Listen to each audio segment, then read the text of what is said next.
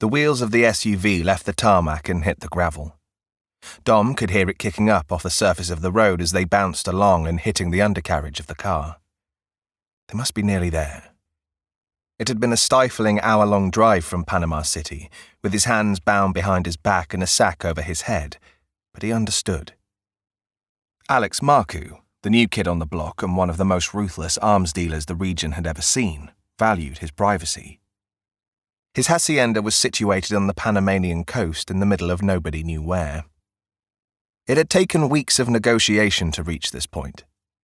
First, he'd used his contacts in the drug trafficking industry to make contact with Marku's right-hand man, Luis Ramirez. Then, after he'd been vetted and his position in the trafficking network had been verified, he'd been allowed to meet Marku. They'd picked him up outside his hotel in Panama City, a squalid hostel that barely warranted the single star next to its name, and brought him here, but not before he'd been patted down and checked for wires and weapons. Now, feeling disoriented and a little carsick, he'd arrived at his destination, Alex Marku's secret compound. In a few moments, he'd meet the legend himself. Marku had arrived 6 months ago from Europe with a cache of illegal arms that he needed to offload. Where the weapons had come from, nobody knew. Rumour had it they were from conflict zones in Eastern Europe and Central Asia, where he had a string of black market contacts. But since the European authorities were closing in on his operation over there, he'd packed up and relocated to Panama, where there was a lucrative trade in illegal arms to guerrilla groups, cartels, and paramilitary organizations in South America. He'd pissed off many established arm dealers in the region, but they'd been swiftly dealt with in such a manner that no one was likely to challenge his position again.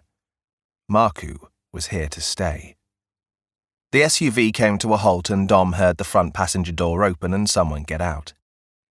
There was footsteps on gravel, and he braced himself for the unexpected. Always be prepared.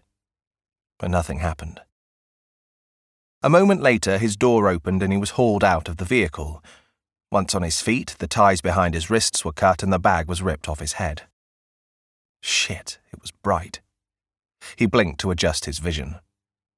As soon as he could see properly, he looked around, taking in his surroundings.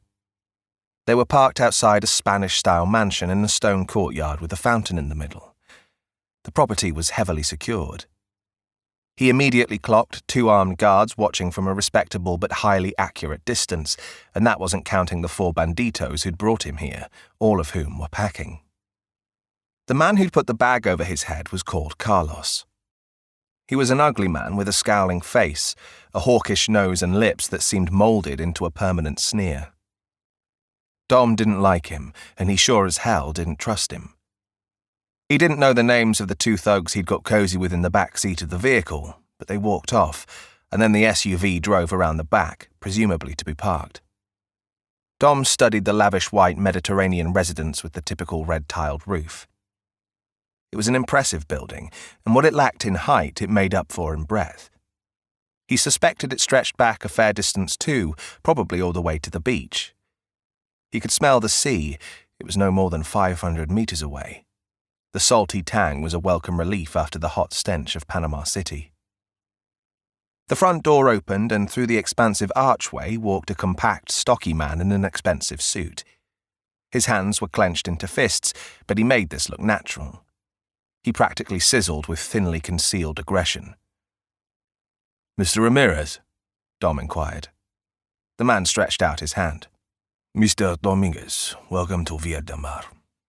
I'm sorry for the crude method of delivery, but you know how it is." He petered off with a non-apologetic shrug. They shook hands. "I understand. Follow me. Mr. Marku is expecting you." Ramirez nodded at Carlos before turning on his heel and heading back into the house. Dom walked with him under the white arch and through a double-volume, steel-reinforced front door. No one was getting in here without an invitation.